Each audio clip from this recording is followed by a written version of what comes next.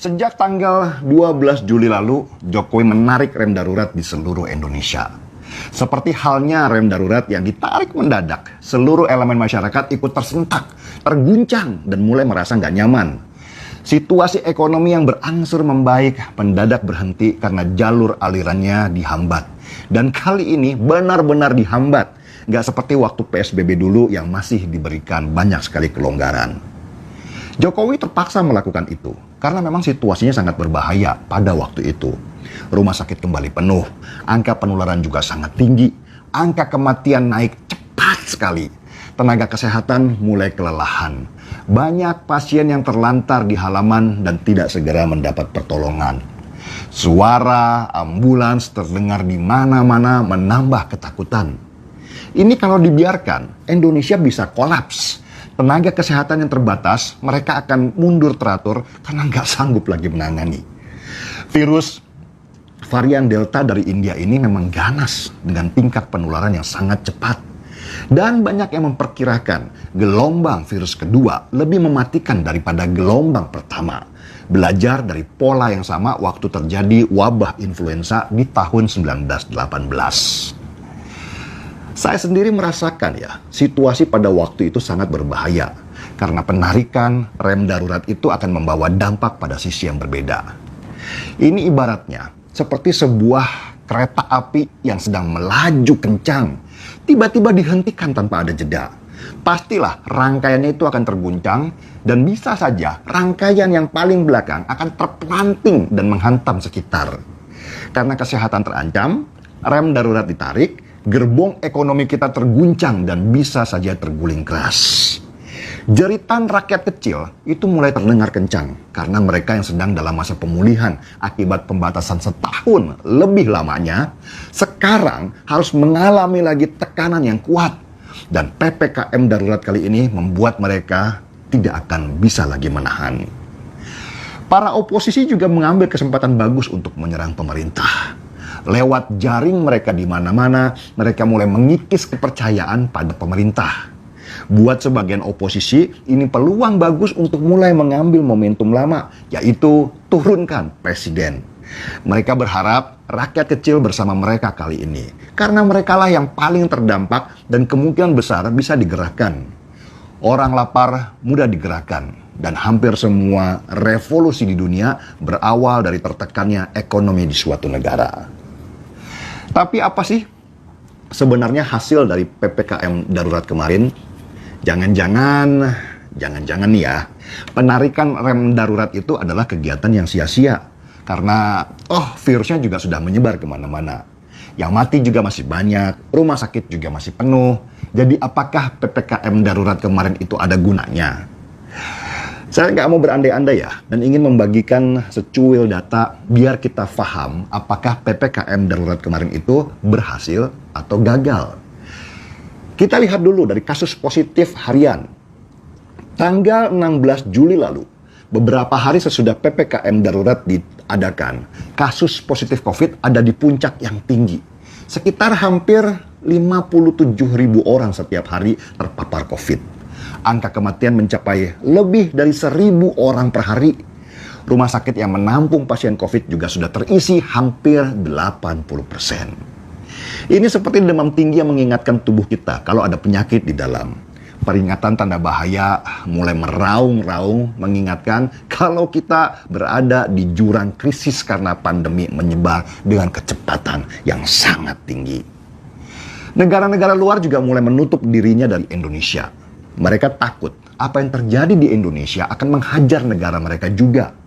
Indonesia sudah bukan lagi ada di zona merah, tetapi hitam, legam, yang menandakan kalau keadaan kita itu sudah parah sekali.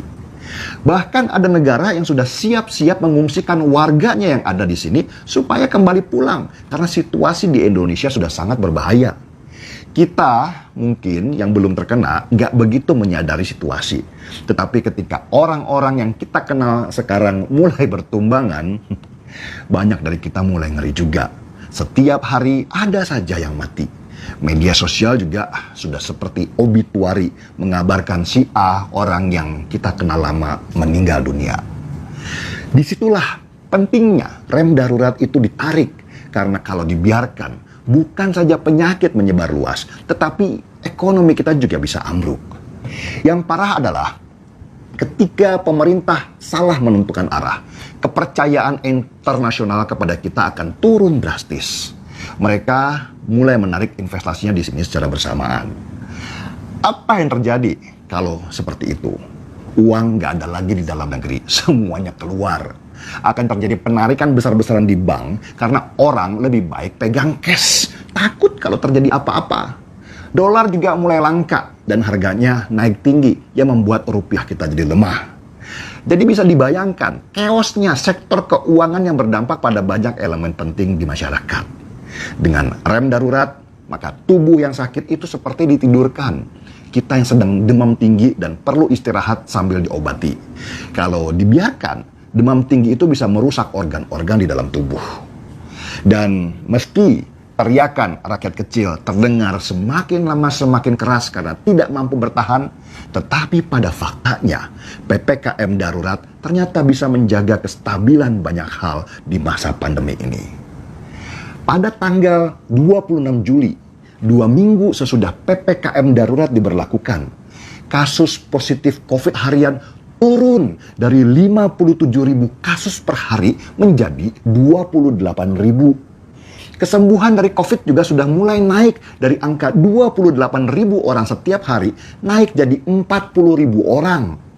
Rumah sakit penampungan pasien COVID yang waktu tanggal 16 Juli sudah berada di titik kritis terisi sampai hampir 80%. Kemarin mulai kosong pelan-pelan sampai tinggal 44% lagi.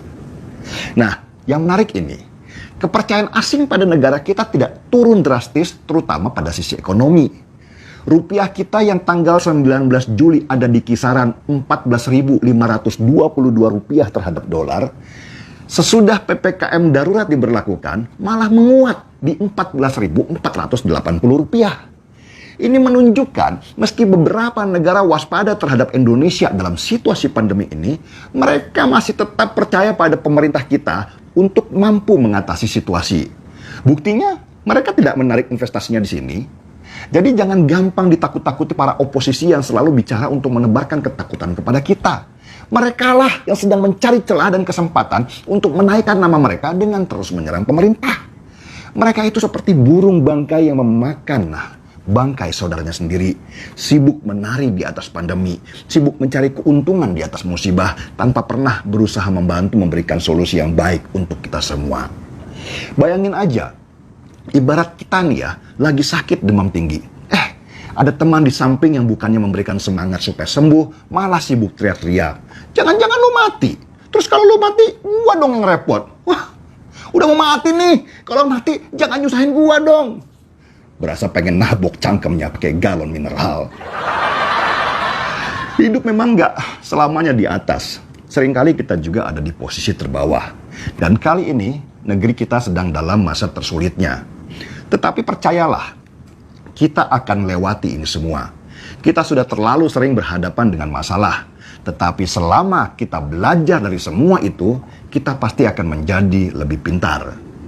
Mungkin belum terpikirkan sekarang ya, tetapi nanti, sekian tahun lagi, kita pasti akan tersenyum mengingat situasi ini dan berkata di dalam hati, "Hey, ternyata Indonesia masih baik-baik saja." Seruput kopinya.